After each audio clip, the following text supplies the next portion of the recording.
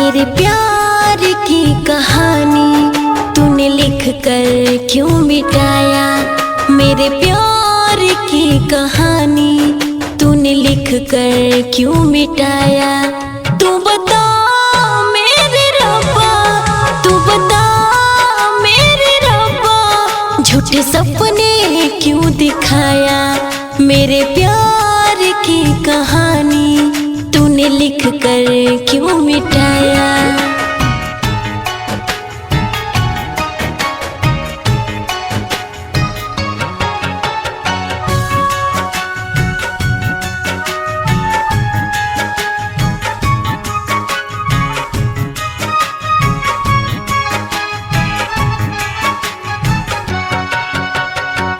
रेत का महल बनाकर किया खबर बारिश को, जान भी न जिंदगी जैसे काटे लवारिश का।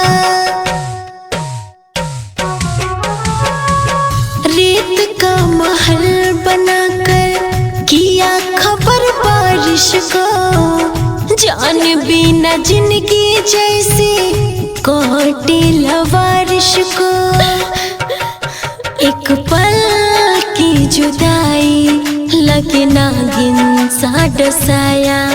एक पल की जुदाई लगे नागिन सा डसाया।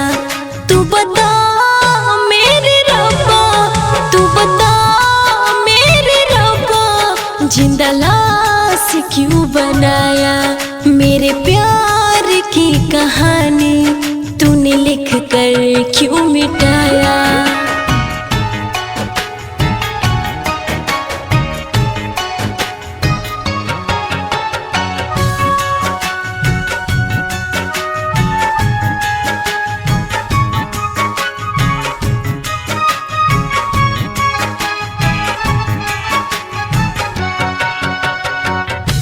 स्मृति रानी की हसरत मौत को बुला लो। सुबुद सतरंगी को मैं कैसे भुला दूं। स्मृति रानी की हसरत मौत को बुला लो। सुबुद सतरंगी को मैं कैसे भुला दूं। क्या कसूर था जो जान सरफा राज ने सताया।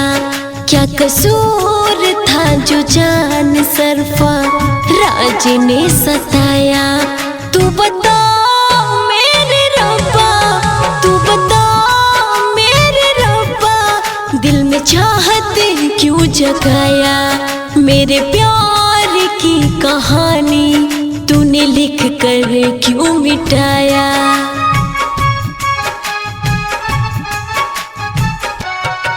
मेरे प्यार की कहानी तूने लिख कर क्यों मिटाया। मेरे प्यार की कहानी तूने लिख कर क्यों मिटाया। तू बता मेरे रब्बा, तू बता मेरे रब्बा, झूठे सपने क्यों दिखाया। मेरे प्यार की कहानी तूने लिख कर क्यों मिटाया।